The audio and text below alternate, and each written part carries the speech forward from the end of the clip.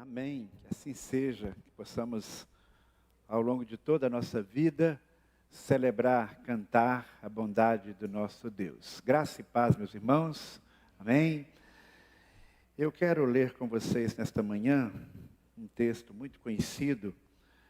É um texto que eu usei recentemente para falar às igrejas batistas de nossa convenção, Convenção das Igrejas Batistas Unidas do Ceará.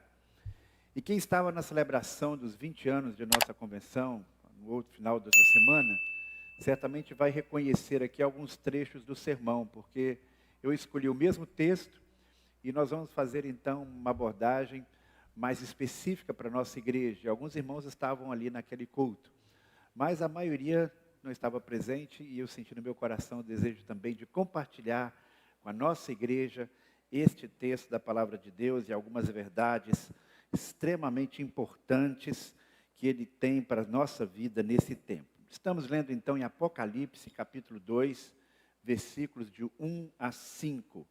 Apocalipse 2, de 1 a 5, você pode ler na sua própria Bíblia ou acompanhar o texto aqui na tela.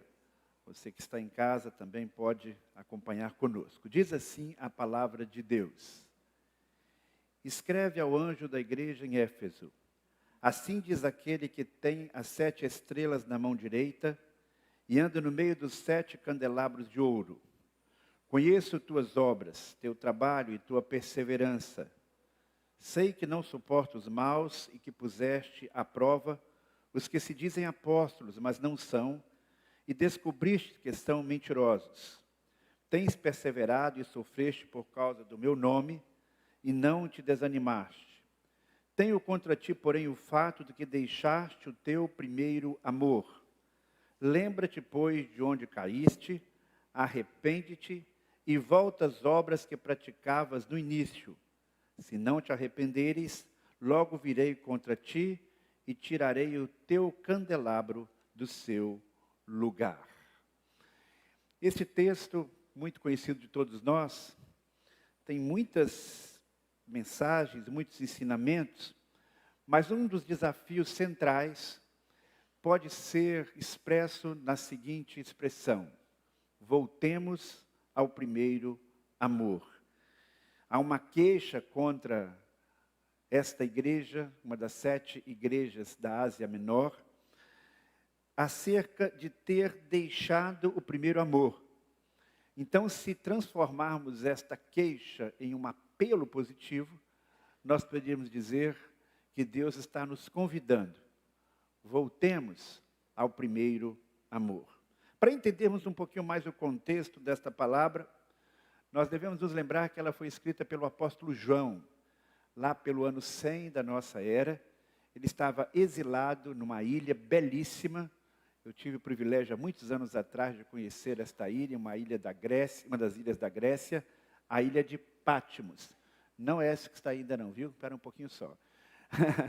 Ele está escrevendo da ilha de Patmos, mas ele escreve para a igreja que está em Éfeso. Na verdade, não apenas a igreja de Éfeso, mas 7 igrejas da Ásia Menor, numa região que hoje está na Turquia. Algumas destas cidades, onde as igrejas se situavam, ainda existem, mas outras são apenas ruínas. A cidade de Éfeso era uma das mais importantes naqueles dias, uma cidade portuária, uma cidade onde havia um grande afluxo de pessoas. E se você for hoje lá na Turquia e pedir um tour nos lugares mais importantes, certamente eles vão levar você nesse que é um dos mais extraordinários sítios arqueológicos que existe. Quantos irmãos já tiveram ali? Alguns irmãos já tiveram com a gente ali, né? Alguns irmãos.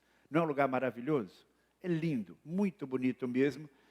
E quando a gente vai nesse lugar, mesmo sendo apenas ruínas, a gente fica impactado, porque há uma preservação dessas ruínas de forma extraordinária. Aquela imagem, então, que foi colocada aí agora, pode repetir? É uma imagem, por exemplo, da biblioteca que existia ali, uma das maiores bibliotecas do mundo. Está bem preservado a sua fachada e é realmente uma coisa impressionante.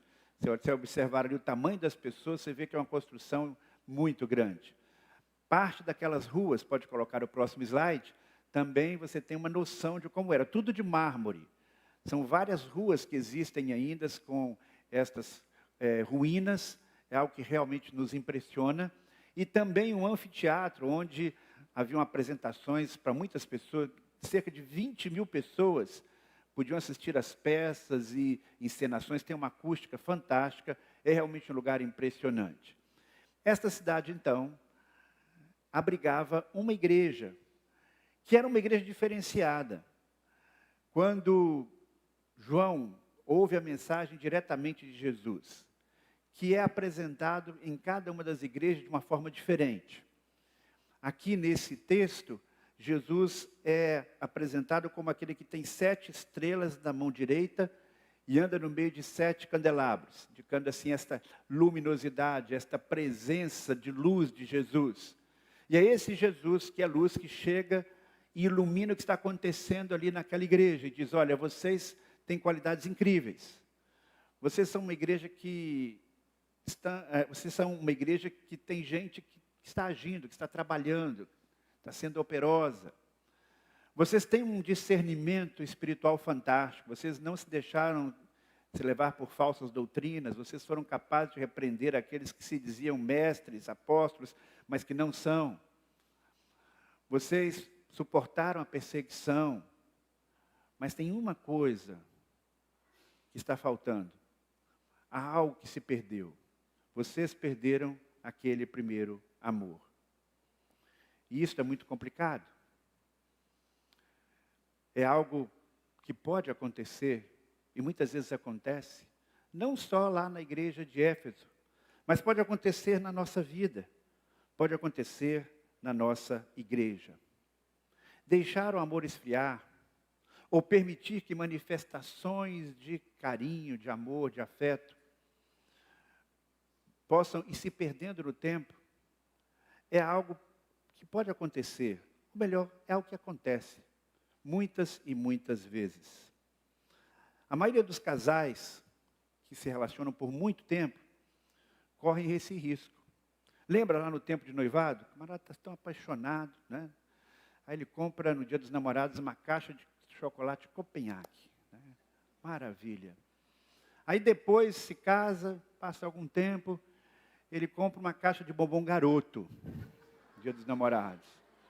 Aí passa mais alguns anos, ele resolve dar 2 batons, aquele batom de chocolate. Passa mais um tempo, ele dá aquele chocolate bis, biscoito bis recheado de chocolate. Vocês estão rindo, mas é verdade, né? No começo dava presente caro, agora dá vale, que nunca é resgatado. Complicado. Isso pode acontecer também na relação entre filhos e pais. Quem tem filho pequeno sabe disso, né? Criança aí de 2, 3 anos, 5 anos, 6 anos, você é a melhor mãe do mundo, o melhor pai do mundo, quer abraçar o pai, quer abraçar a mãe. Chega na adolescência, muitas vezes as manifestações de carinho são extremamente escassas. No dia, quem sabe, dos pais, no dia das mães, uma data especial, mas no dia a dia isso desaparece. Mesmo entre amigos.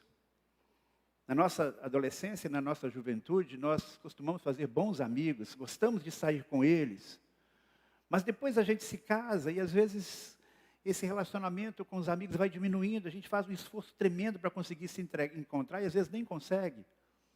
E esse vínculo pode ir se perdendo, esse relacionamento de amizade pode ir se diluindo com o tempo. O mesmo ocorre no nosso relacionamento com Deus.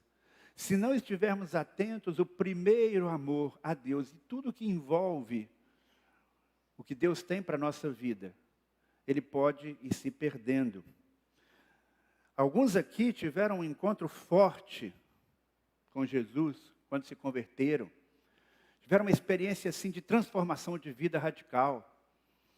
E eles se lembram então daqueles primeiros dias de conversão como sendo um tempo assim de ouro na sua vida, um tempo em que o amor estava ali como um casal apaixonado. Ou quem sabe, você que foi, como a gente diz, criado na igreja, não foi o dia da sua conversão, mas um tempo depois, num acampamento de adolescentes, de jovens, num culto ao redor da fogueira, você teve uma experiência forte com Deus, algo que aqueceu o seu coração. Depois, o que aconteceu? Houve outras experiências marcantes ao longo da sua caminhada? houve experiências que fizeram o seu coração se aquecer, este texto nos convida a voltarmos ao primeiro amor. Mas para isso nós precisamos compreender que o amor verdadeiro, ele é algo que está lá no fundo do coração. Ele é algo que tem a ver com as nossas motivações. E é algo que se expressa através de ações visíveis. O amor que Deus deseja ver no nosso coração é um amor que está lá no íntimo, mas que ele deve frutificar para ações que possam ser claramente perceptíveis. Deus está sempre olhando para as nossas motivações. E uma atitude sábia é estarmos também olhando para o nosso coração e dizendo: Senhor, me sonda. Espírito Santo, me revela se as minhas motivações estão de fato corretas.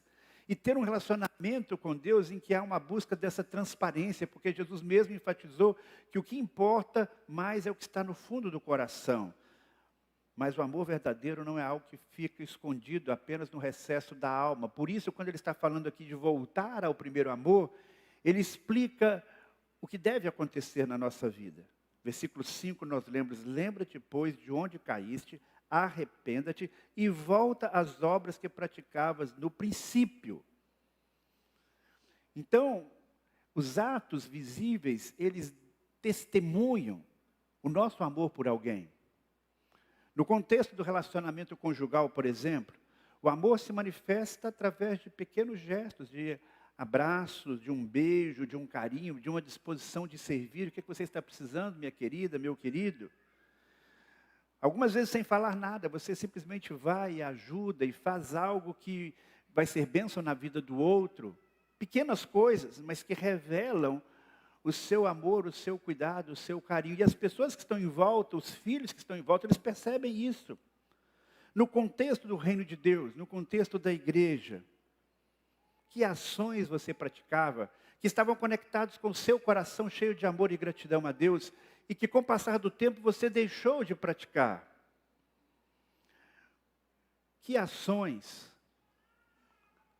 existiam na sua vida e hoje não existem mais, que contribuíam para fortalecer o seu amor a Deus? Quais são as motivações do seu coração? Essas perguntas, periodicamente, nós temos que fazer, porque se simplesmente ligarmos a nossa vida no piloto automático, pode ser que percamos as motivações. E perdendo a motivação de um coração amoroso, deixemos também de praticar aquilo que Deus deseja que venhamos a praticar. Quando falamos aqui de voltar ao primeiro amor, a quem se dirige esse amor? Quero pensar em 4 dimensões deste amor a que somos chamados a voltar. Em primeiro lugar, o amor ao próprio Deus. O texto nos convida, de alguma maneira, a voltarmos ao amor a Deus. Por quê? O principal mandamento que nós temos a seguir é o amor a Deus. Jesus Cristo disse isso com toda clareza, quando lhe perguntaram: de todos os mandamentos da lei, mestre, qual é o mais importante? Ele responde: amarás o Senhor teu Deus de todo o teu coração, de toda a tua alma e de todo o teu entendimento. Este é o maior e primeiro dos mandamentos. A Bíblia é muito clara em mostrar que Deus deseja estabelecer um relacionamento conosco, não na base do medo, da culpa, do temor do inferno. Um relacionamento saudável com Deus, ele se estabelece na medida em que nós assimilamos o amor de Deus, que nós cremos no amor de Deus e de alguma maneira procuramos expressar o nosso amor a Ele. É esta percepção do amor de Deus e o nosso desejo de corresponder a esse amor que vai guiar todas as nossas ações. Todas. Porque se não for assim, nós transformamos o cristianismo numa mera religião. E a diferença entre atos religiosos sem grande significado e um relacionamento vivo com Deus que se manifesta através de atos religiosos é exatamente a realidade do amor. Quando você ora, quando você lê a sua Bíblia, quando você serve, quando você procura fazer aquilo que agrada a Deus, o que deve estar por trás de todos estes atos e posturas é exatamente o amor a Ele. Um amor que se alicerça na gratidão por aquilo que Ele é, por aquilo que Ele fez, por aquilo que Ele está fazendo por você e por aquilo que Ele fará. Quando nós aceitamos a Cristo, Muitos de nós vivemos uma experiência impactante de amor, de nos sentirmos amados. Algumas pessoas que tinham dificuldades em se sentir amadas, quando elas percebem o amor de Deus em Cristo Jesus, elas ficam impactadas. Mas mesmo aqueles que não tiveram na sua conversão uma experiência tão forte, porque como a gente diz, foram criados na igreja, certamente se lembram de algum momento na sua vida cristã em que viveram experiências em que puderam perceber de uma forma diferenciada o amor de Deus, a graça de Deus, o poder de Deus. Eu me lembro, por exemplo, quando eu estava no seminário, eu desci para um culto no Iber, que hoje se chama CIEM. Era a escola onde as moças estudavam, se preparando para a obra missionária. Dora, inclusive, estudou lá. E havia um professor no seminário, pastor Olavo Feijó, que eu gostava tanto dele, que eu tinha 3 aulas com ele, nas quintas-feiras, no meu primeiro ano no seminário, e depois de ouvi-lo durante umas 2 horas, mais ou menos, eu ainda descia lá para o CIEM, que é uns 15 minutos do seminário, para ouvi-lo pregar no culto que ele dirigia lá, que era o pregador todas as quintas-feiras, na maioria das vezes. E num culto simples, música básico do básico, 2 mensagens, 2 orações, 3 orações no máximo, e a mensagem. Quem já estudou em seminário sabe disso, né? Os cultos, geralmente, no dia a dia, são muito simples, sem nenhum... Ele pregou uma mensagem que tocou meu coração de forma especial, eu nunca esqueci. Uma mensagem baseada no Salmo 32, que como que abriu assim a minha mente, meu coração, para uma nova dimensão da pessoa de Deus e da graça divina. Talvez você tenha vivido isso em algum momento da sua vida, num congresso, num encontro, num culto, na fogueira. Em algum momento em que Deus falou ao seu coração de forma especial, você voltou motivado. Eu me lembro que uma experiência muito forte que eu tive há muitos anos atrás, foi em 1979, ainda não tinha ido para o seminário. Eu fui participar de um congresso em São Paulo, Geração 79, uma semana lá no AMB. Quando eu saí daquele congresso, parecia que eu estava flutuando assim nas nuvens, de tanta alegria, de tanta satisfação na presença de Deus. Felizmente, as minhas experiências com o Senhor não ficaram apenas no passado. Em outros momentos, eu pude sentir a presença de Deus de uma forma especial. Aqui mesmo, nesses cultos que nós temos, algumas vezes, há algo de diferente. Não é que a gente tem que estar buscando desesperadamente tudo isso, mas se nada acontece na nossa vida em que a gente sente o amor de Deus de uma forma diferenciada, a gente deve, Senhor, fala o meu coração, como falaste no passado, e para que eu possa também corresponder ao teu amor e à tua graça de uma forma diferenciada. Para que eu possa continuar vibrando, para que o nosso relacionamento não caia numa rotina, como acontece com muitos relacionamentos na perspectiva humana. Então, quando a gente vive esse momento, como nós vivemos agora na viagem missionária, falando de Jesus, vendo aquela alegria, o coração feliz, alegre, satisfeito, ao ver a ação de Deus, o mover de Deus, como é que tem sido a sua vida? Você tem de fato sentido Deus falando ao seu coração, ajudando a superar os momentos difíceis, trazendo consolo nas horas de dor, trazendo alegria quando você compartilha a fé e vê o agir de Deus? Quando você celebra uma data especial e você olha em retrospectiva e diz, Senhor, quantas bênçãos, e você se emociona e se alegra, dizendo, Senhor, que coisa maravilhosa. Voltar ao primeiro amor significa isso. Reconhecer a presença do amor de Deus na sua vida e celebrar isso e vibrar com isso e dizer, Senhor, por causa desta nossa experiência, eu quero te amar e te servir ainda mais. Isso nos leva, então, à segunda manifestação, ou ao segundo desafio que nós temos dentro desta temática de voltar ao primeiro amor. Somos desafiados a voltar ao primeiro amor, direcionado ao nosso próximo. Porque Jesus mesmo disse que, além do primeiro mandamento, ele já emendou e disse o seguinte, o segundo mandamento é semelhante a ele, ou seja, ao primeiro. Ame o seu próximo como a si mesmo.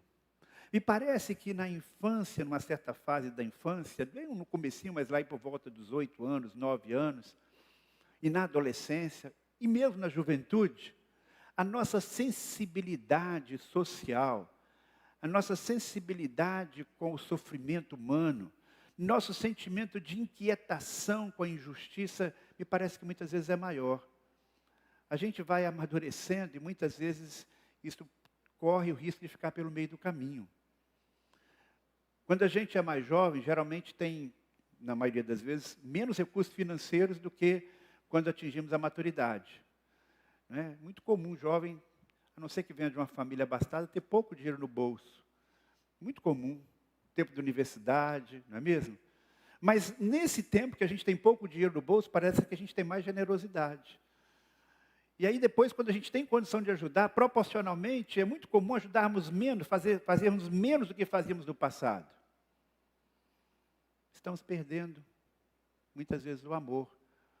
Aquele primeiro amor, perdendo aquela compaixão. Talvez alguém diga, não, pastor, mas a gente vai ficando mais maduro, entende melhor a vida, mudando de ideologia. Mas será que é só isso mesmo?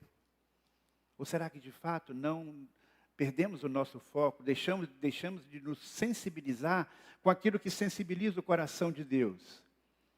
Eu me lembro que quando eu terminei o seminário, eu senti de Deus uma direção muito forte, no sentido de dedicar pelo menos uma parte da minha vida a um ministério que fosse voltado para as pessoas pobres. Por isso eu fui lá no Rio de Janeiro, saí do Rio de Janeiro, fui a Belo Horizonte, visitar a sede da Visão Mundial, que é uma organização que trabalha com crianças na área social, em todo o mundo, uma organização muito respeitada.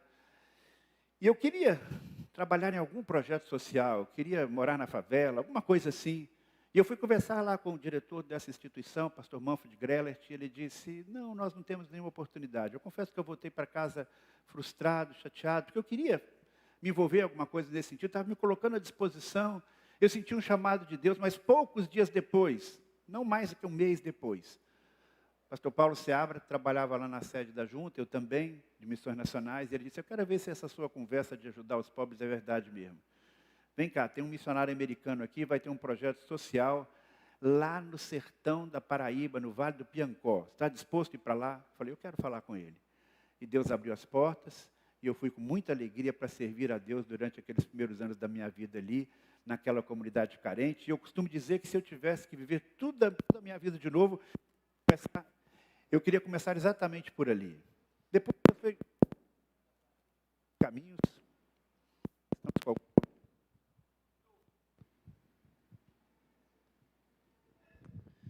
Depois Deus foi guiando a minha vida por outros caminhos, mas eu sempre tenho pedido a Deus, Senhor, que eu não perca aquela chama, aquele desejo de ajudar aquelas pessoas que têm uma necessidade, não só material, mas uma necessidade emocional, uma necessidade de conhecer o teu amor através de atos visíveis de misericórdia. Como é que está o seu coração? Como é que está o meu coração? Esta é uma pergunta que nós precisamos sempre fazer. Eu continuo tendo o mesmo nível de compaixão, de misericórdia que eu tinha no passado? Ou por alguma decepção, ou alguma circunstância da minha vida, eu fui perdendo este foco, eu fui perdendo esse entusiasmo? Um outro desafio que nós temos, meus queridos irmãos, é voltarmos ao primeiro amor, direcionado ao perdido. Eu sei que essa palavra pode parecer muito forte hoje, perdido, isso parece, não é linguagem só de crente, mas não, meus irmãos, é bíblico. Não é chavão evangélico, não.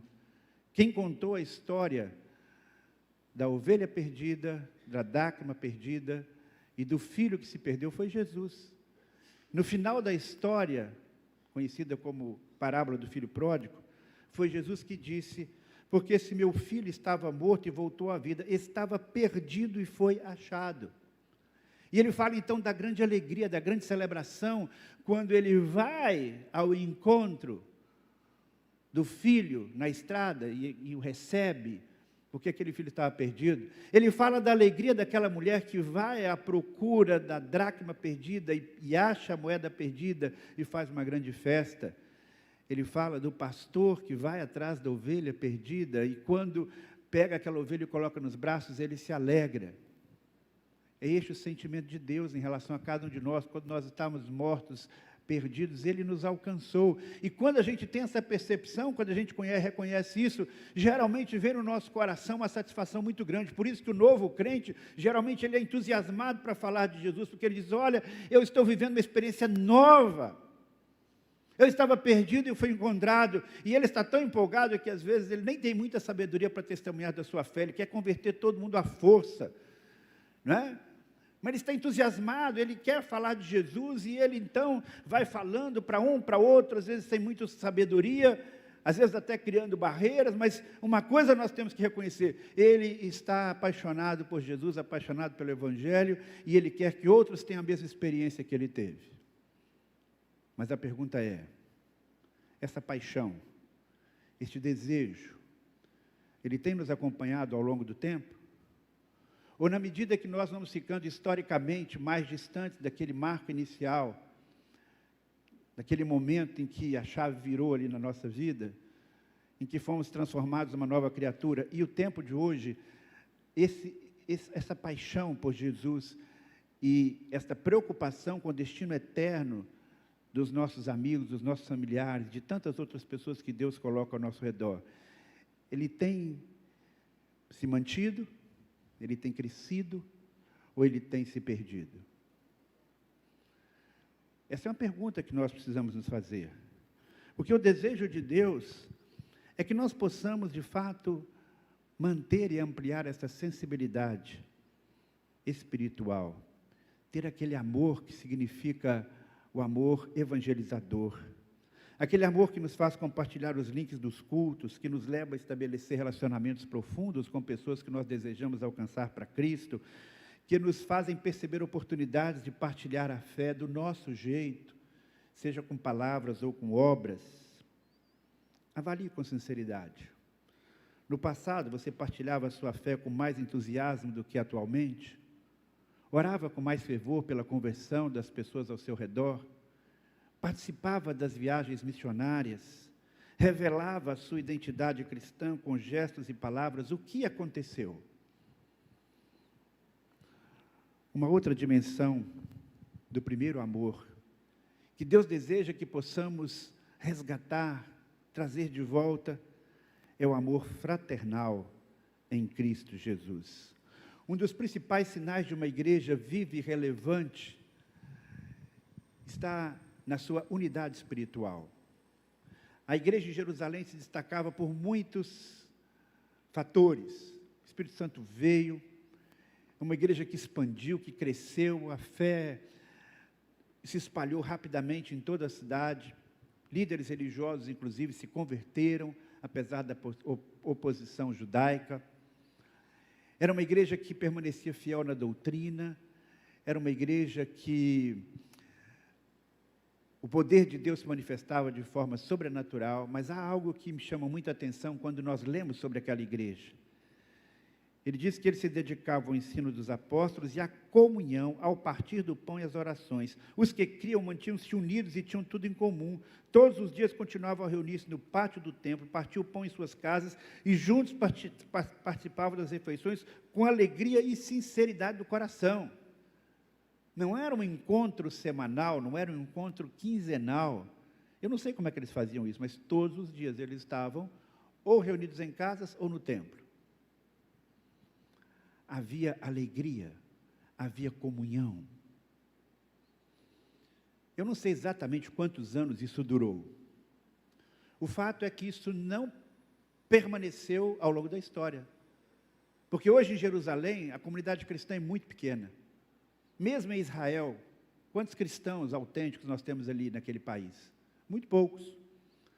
A cidade onde tem mais cristãos em Israel é Nazaré. Mesmo assim, não é uma grande comunidade. Até onde eu sei, não existe em Israel uma mega igreja. Nós temos missionários nossos, brasileiros, morando em Jerusalém, morando em Israel e evangelizando ali os judeus.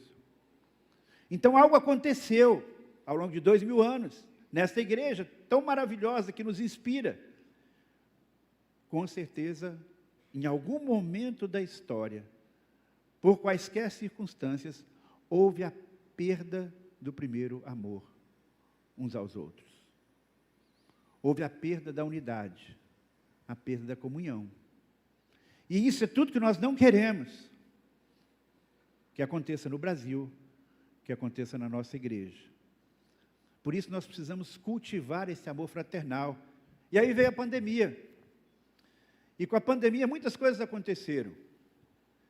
Algumas pessoas que estavam longe dos caminhos do Senhor, de repente sentiram um friozinho na espinha, não é? Aconteceu isso. A pessoa ficou doente, passou ali no hospital, UTI, ou então um parente, E aí essa pessoa disse, eu preciso mudar minha vida com Deus. Senhor, eu prometo, e cumprir a promessa. Vieram para a igreja, se integraram, se reintegraram, e isso traz uma grande alegria ao coração de Deus e ao nosso coração. Continua acontecendo. Não estou dizendo que todo mundo voltou, foi por causa disso, né? Mas teve gente que passou esse aperto. Por outro lado, alguns que já estavam bem na corda da bamba, passando por esse tempo longe dos irmãos, se afastaram. Passando esse tempo sem participar dos cultos presenciais, foram deixando que esta chama do amor a Deus e o desejo de estar com seus irmãos fosse esfriando. Deixaram de participar do grupo pequeno, deixaram de servir, deixaram de desfrutar a comunhão que Deus quer que possamos desfrutar, porque a caminhada cristã, eu tenho dito aqui muitas vezes, não é uma carreira solo. Por sua natureza, é uma caminhada em conjunto com outros irmãos. O próprio grupo que Jesus estabeleceu de discípulos, ele não lidava com um a um, ele trabalhou com um grupo. A igreja que se formou era um grupo. Deus nos trata como povo. Então, se você se afasta da comunhão, se você se afasta do povo de Deus, da família de Deus, do corpo de Cristo, você vai perdendo esse vínculo, você vai perder esse amor, e isso é tudo que Deus não quer para a sua vida. Assim como aconteceu em Jerusalém, aconteceu também em Éfeso. Claro que ali a cidade acabou, terremotos, guerras, mas a igreja também, que foi tão forte durante algum tempo, um exemplo em vários aspectos para outras igrejas, ela deixou de existir ali naquele lugar.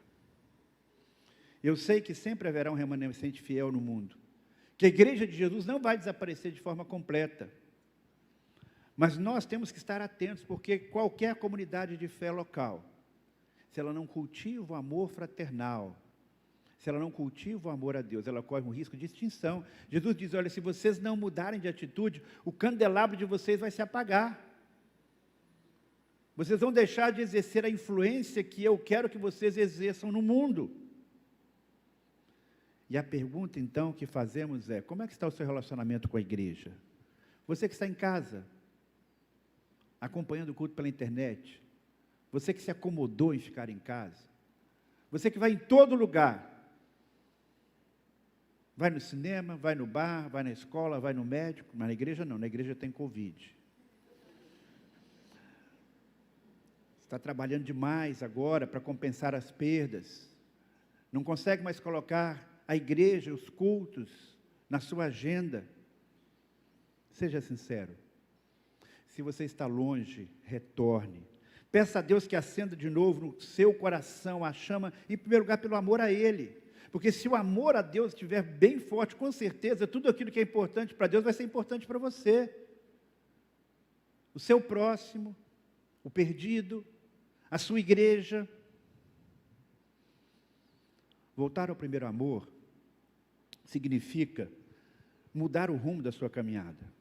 Nós podemos comparar a nossa vida com Deus, a nossa caminhada cristã, numa jornada em direção aos propósitos de Deus, uma jornada em relação à cruz. E aí você vai caminhando, não é?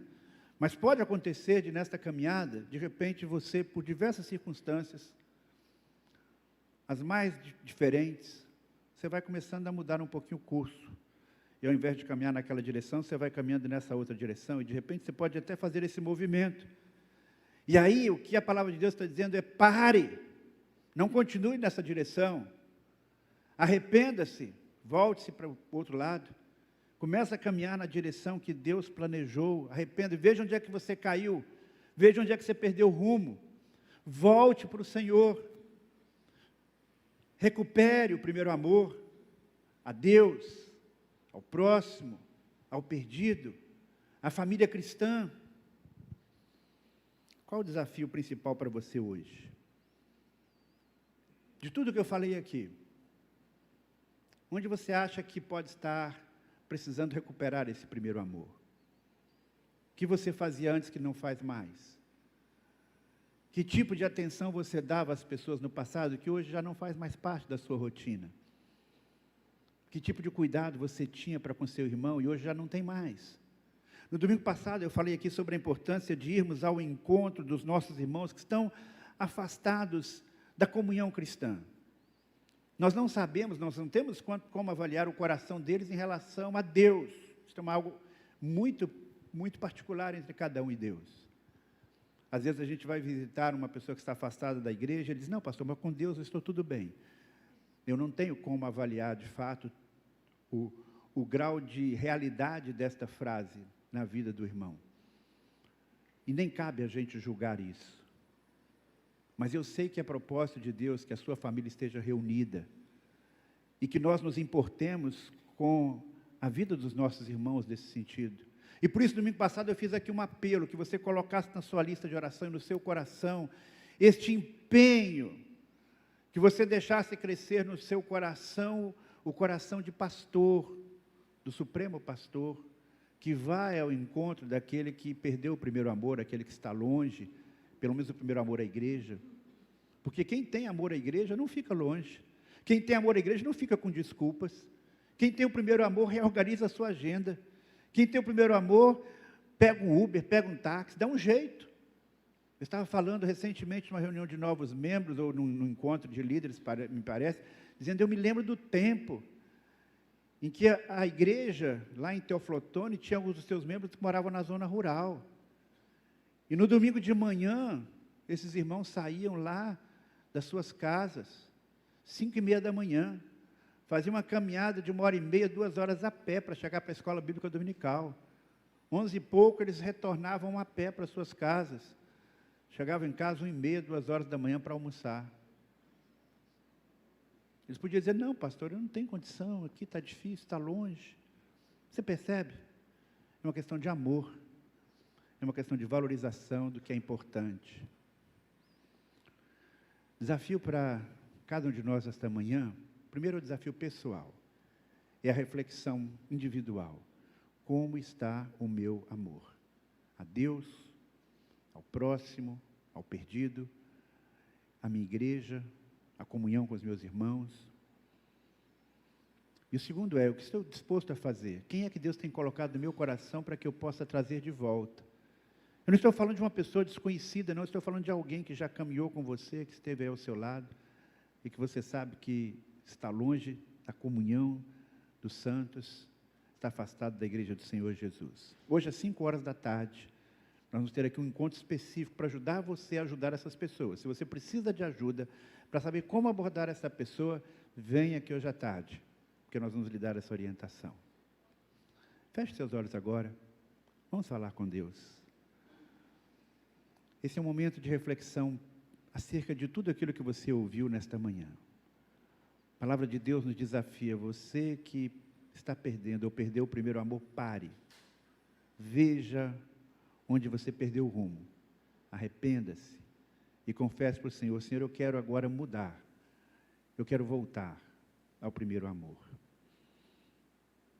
Querido Pai do céu, que o Teu Santo Espírito mesmo use esta palavra para que o nosso coração seja sensível à Tua voz e isso possa provocar uma mudança no nosso coração. E que esta mudança seja perceptível dentro de alguns dias, de algumas semanas, porque o nosso amor ao Senhor, ele deve ser manifestado em obras claras, Pai. E que este nosso amor ao Senhor e à Tua igreja e ao próximo, nos impulsione na direção daqueles que estão longe do Senhor, nos impulsione na direção daqueles que estão longe da nossa comunhão cristã. Ajuda-nos, Pai, e faz-nos instrumentos Teus, para que o Teu povo possa desfrutar da comunhão que o Senhor deseja, e que o Teu povo testemunhe da Tua graça neste tempo. Em nome de Jesus. Amém.